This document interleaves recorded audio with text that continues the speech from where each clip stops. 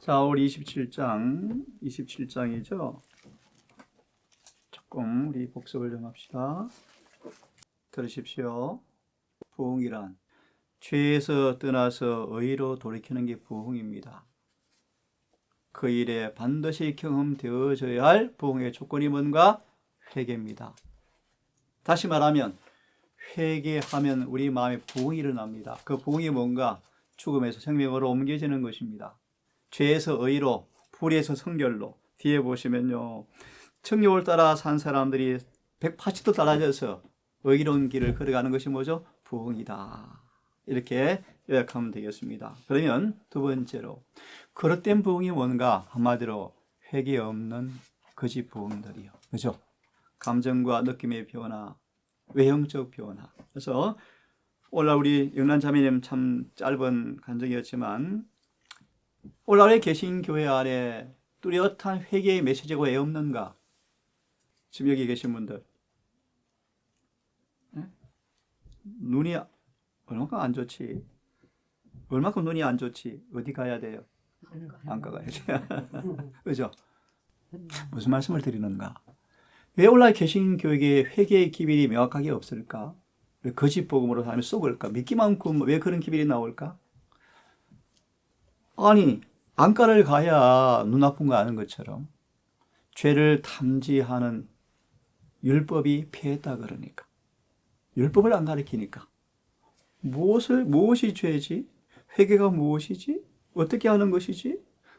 뭐 구원받다 그러는데 뭐 별 차이 없고 믿기만 하면 구원받다 그러는데 뭐 그럼 믿어야지. 근데 별로 마음은 또 무슨 말인가? 안과의 의사가 이걸로 눈을 살피는 것처럼 죄를 탐지해내고 탐지해내서 입원시켜주게 하는 그 율법의 기능이 없으니까 사람들 예수를 믿기는 믿는데 구체적으로 뭘 믿는지, 믿음의 결과가 무엇인지, 왜 믿어야 되는지, 부흥이 뭔지 모르는 거예요. 한마디로 사단이 개신교 안에 거짓말을 퍼뜨렸는데 죄를 깨닫게 하지 못하는 일을 하려고 율법을 감춰버린 거예요.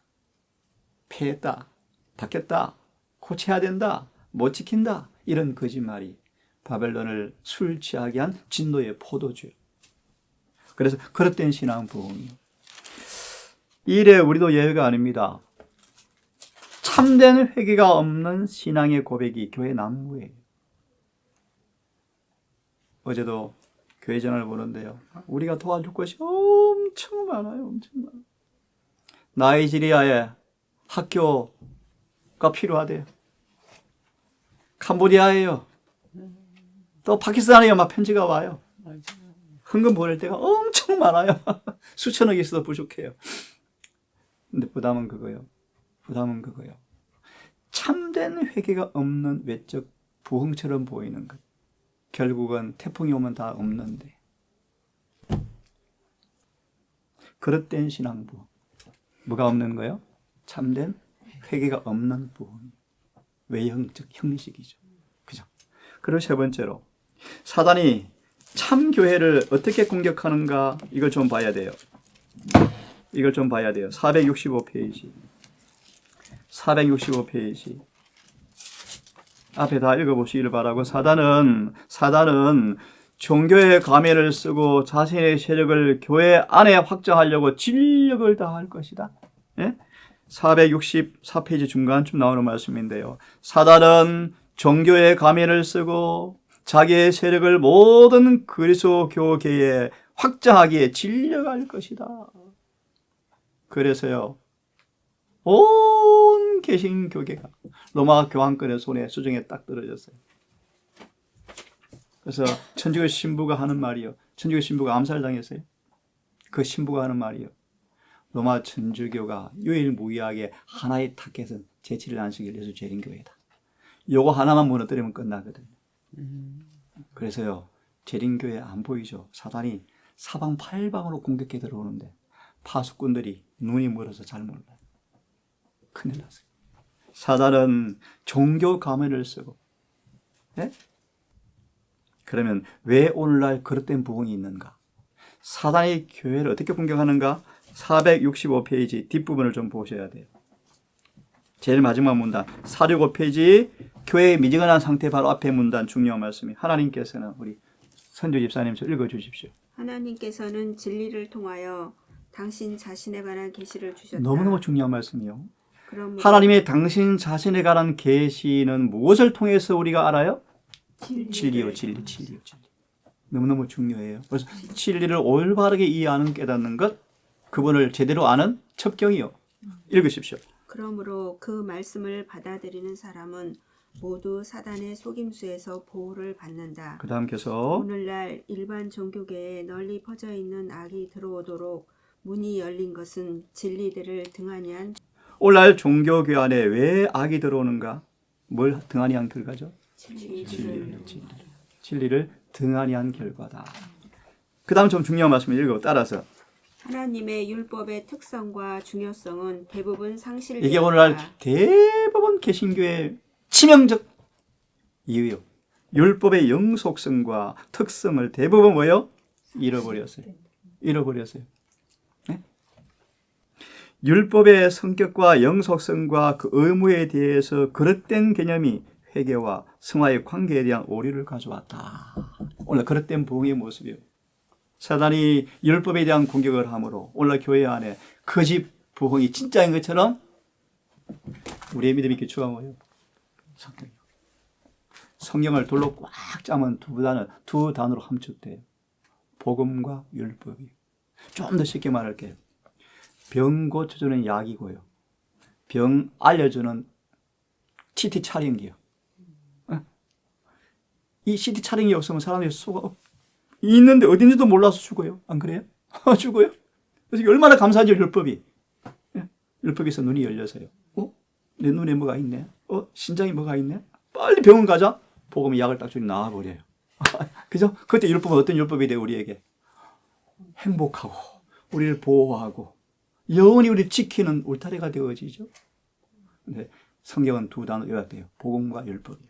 근데 사단이가 율법을 무너뜨리니까 복음이 무너져서 개신교. 믿기만 하면 구원받아. 엉망진창한 복음. 수만 개의 개신교파, 수만 개로 쪼개져. 반대로 유대인들은 예수님을 무너뜨리고 율법만 가지고 있으니까 약이 없으면 맨날 율법만 보면 어때요? 죽죠. 아픈 것 좀 알겠는데 약이 없는데 어떻게 해요? 그러니까 재림교회는요. 율법과 복음을 완전히 조화있게 가진 교회가 재림교회. 쉽게 말합시다. 어떤 죄인도 구원해주는 진리가 재림교회에 있어요. 그렇죠? 아무도 속지 않도록 오류가 전혀 없는 진짜 율법이 있어요.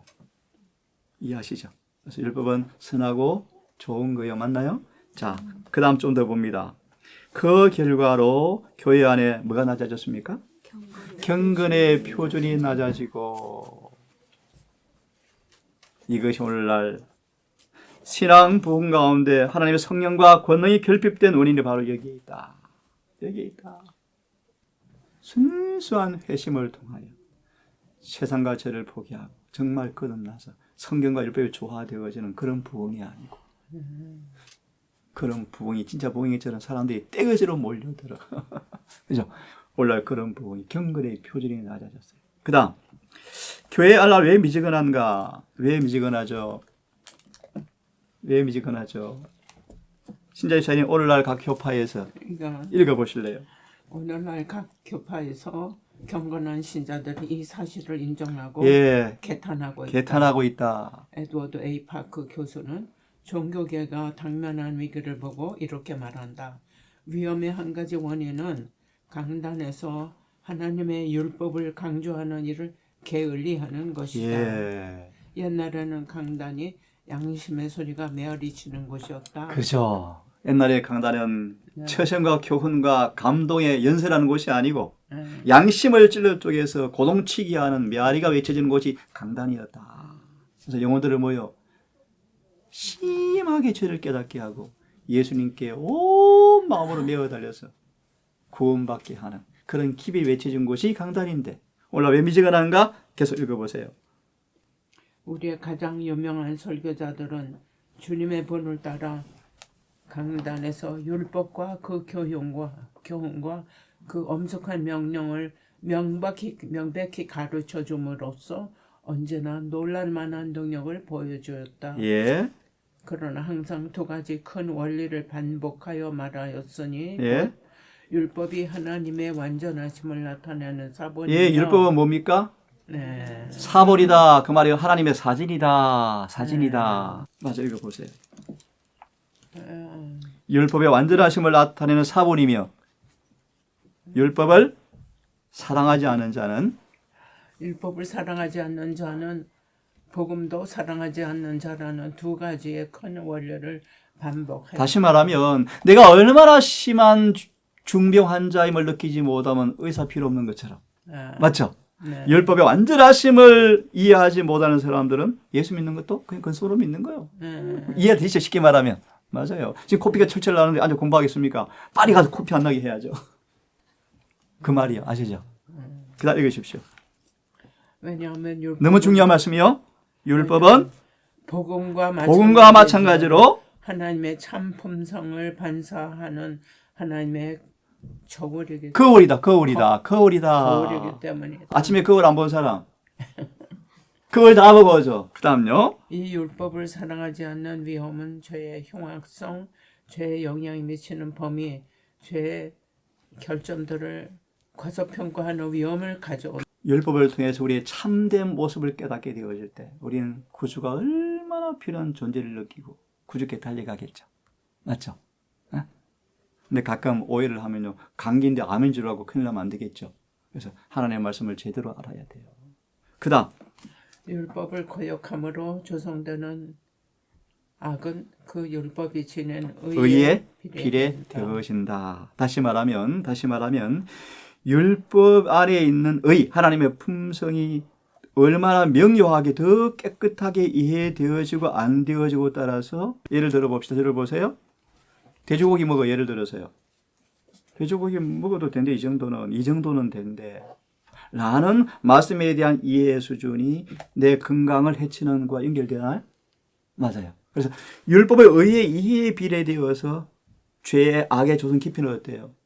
그들의 사상과 관념에 대한 수준이 저하되어지니까 삶이 그렇게 바뀌나요? 바뀌어요. 말씀에 대한 이해가 얼만큼 정확하고 깊은가에 따라서 삶의 질도 달라질까요? 달라져요.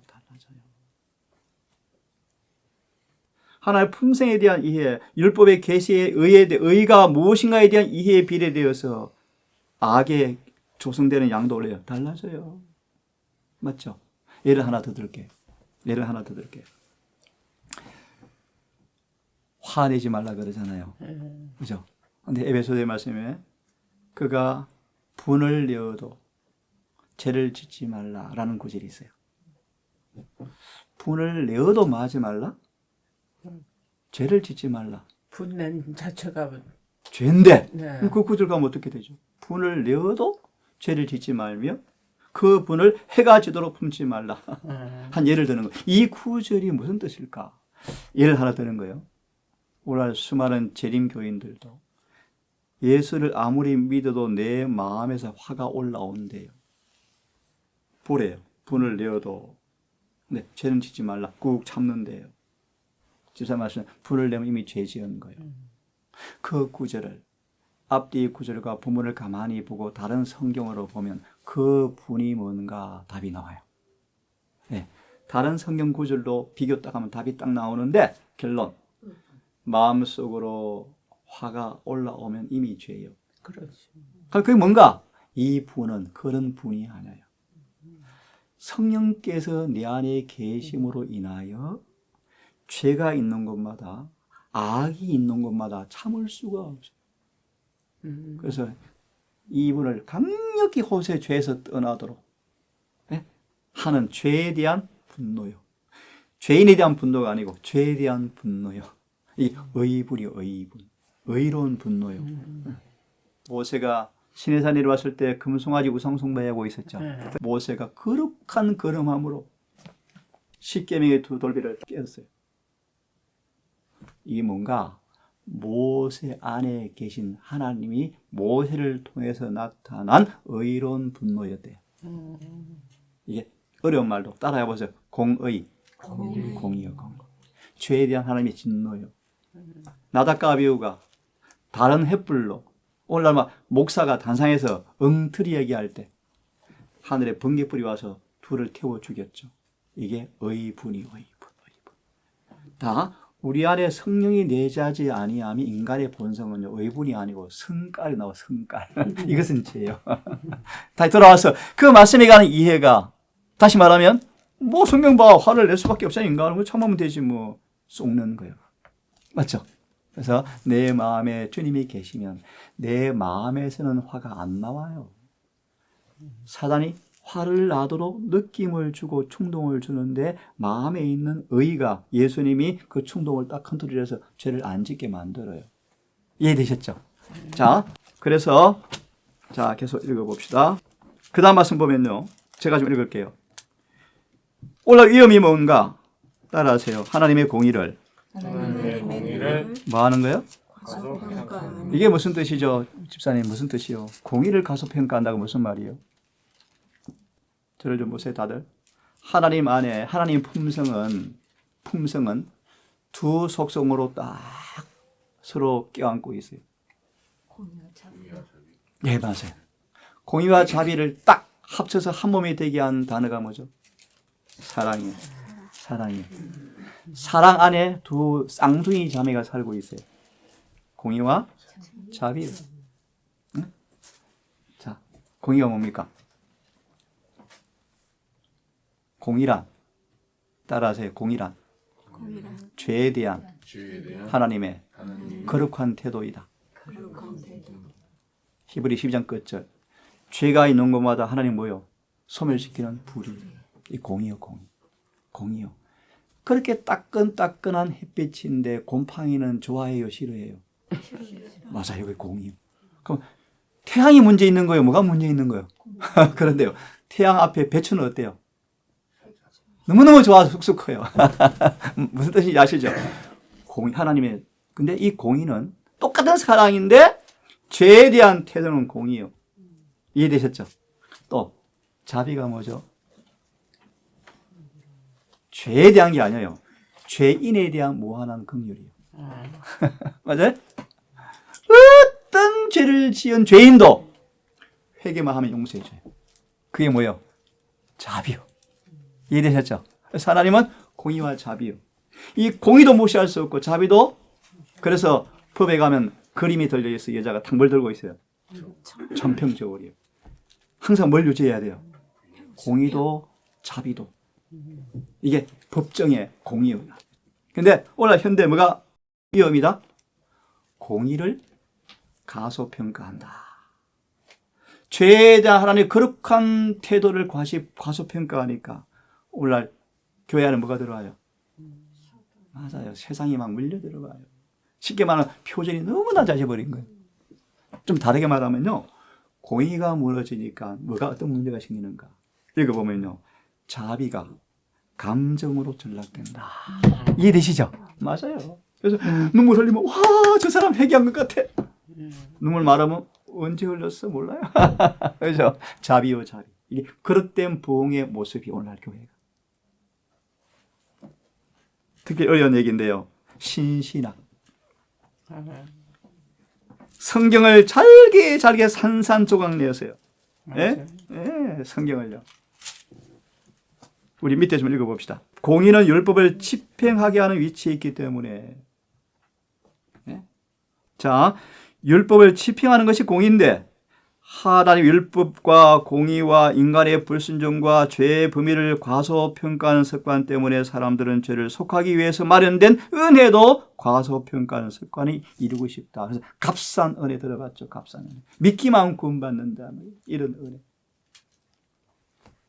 그래야 사람들은 마음속에 복음의 가치와 중요성도 잃어버리게 되고 미국에는 성경 자체까지도 내어버리게 된다. 그 다음 말씀까지 하고 오늘 마칩시다. 그릇된 율법관. 너무너무 중요한 말씀이에요. 오늘 수많은 개신교에서 재림교회를 바라보면서 뭐라고 공격해요? 예, 율법주의. 구약의 율법 강조한다. 안식일 지켜야 된다고 얘기한다. 건강계획 이야기한다. 여러분, 병원에 가면 의사가 어떻게 하죠? 담배 피우지 마세요. 율법주의요? 예? 우리가 율법에 대한 그릇된 이해가 어때요? 복음의 가치를 잃어버리게 되고, 그죠? 이해하시죠? 이게 약에 대한 이해와 믿음이 의사까지라도 처방에 대한 행동이 다르게 나오는 것처럼 하나님의 선한 의사들은요, 맞아요. 약 먹을 것이 아닙니다. 여자들이 왔는데 성형수술할 필요 없어요. 이게 율법주의예요? 아니요. 율법은 정말 좋은 거 선한 건데 사단이 속이는 거예요. 재림교회 율법주의. 뭐 먹으라고. 왜 이렇게 먹어야 돼요? 이거 보셨잖아요. 독이씨. 당뇨가 지금 조절이 되잖아요. 많이 떨어지잖아요. 병원 안 가도 되잖아요. 이렇게 율법은 선하고 좋은 것인데 사단의 그릇된 이해를 가지고 율법을 공격하면서 어떻게 공격해요? 병개시켜야 된다. 폐했다. 못 지킨다. 안 지키도 된다. 이런 그릇된 율법관으로 온 개신교회가 거짓 복음을 받아들여서 로마 천주교의 밥이 되어버린 거예요. 그래서 로마 천주교 신문에 이런 글이 있어요. 개신교회여 웃긴다. 이름 빨리 떼라. 개신교 이름 부끄럽다. 개신교 내가 붙여준 이름이야. 너 모르니? 개신교란 말의 의미는 우리를 반대하는 자의 뜻이잖아. 근데 우리 따라 쫄쫄 오면서 왜 이름 가지고 있니? 이름 고쳐. 그러면서 하는 말이요. 개신교회야 우습다 우스워. 너희가 한 손에는 성경, 개신교주의가 뭐예요? 솔라 스크립추라. 오직 성경이란 성경을 들고 한 손에는 천주교에서 가리킨 유전과 전통을 가지고 하늘에 가려고 하는 너희의 꼬락서니가 우습다. 결국 실패할 것은. 천주교 미러지 신문에 나온 기사 내용이요. 웃기죠?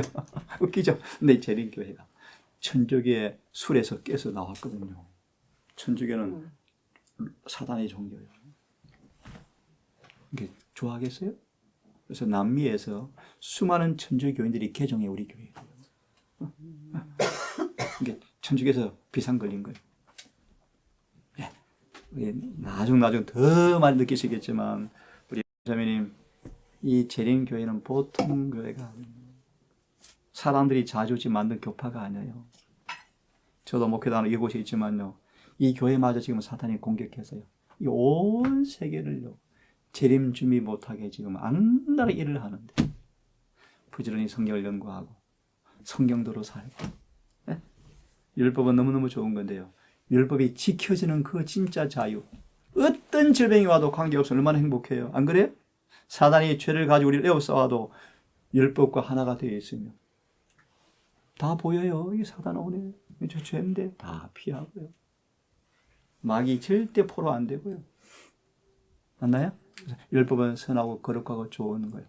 우리를 복음으로 인도해서 영원히 구원받게 하는 몽학선생 율법이. 오늘 여기까지 합시다. 하늘이신 아버지, 신앙 부흥과 회개의 장을 깊이 읽으면서 이 중요한 공과들을 놓치지 말고 마음에 새기고 참 부흥의 경험을 통한 진정한 거듭남과 복음의 놀라운 능력을 통하여 죄에서 해방되어지고 죄의 품성의 사진인 율법이 너무나 즐겁게 지켜지는 그런 의인의 삶 살게 해 주시옵소서. 우리 영란 자매는 이곳에 머무시면서 예배를 드리고 말씀을 보면서 느낀 생각과 마음의 변화 감사합니다. 더 깊은 진리의 꿀을 먹고 마시게 하셔서 온 마음으로 진저로 거듭나게 하시고 주님의 참된 여종이 되게 하셔서 영원한 하늘나라 영생의 선물을 마음껏 누리게 하시고 그의 가족과 그의 친저 이웃을 이 놀라운 아름다운 복음을 증거하는 주의 종이 되게 해 주시옵소서. 예수님 이름으로 기도드리옵나이다. 아멘.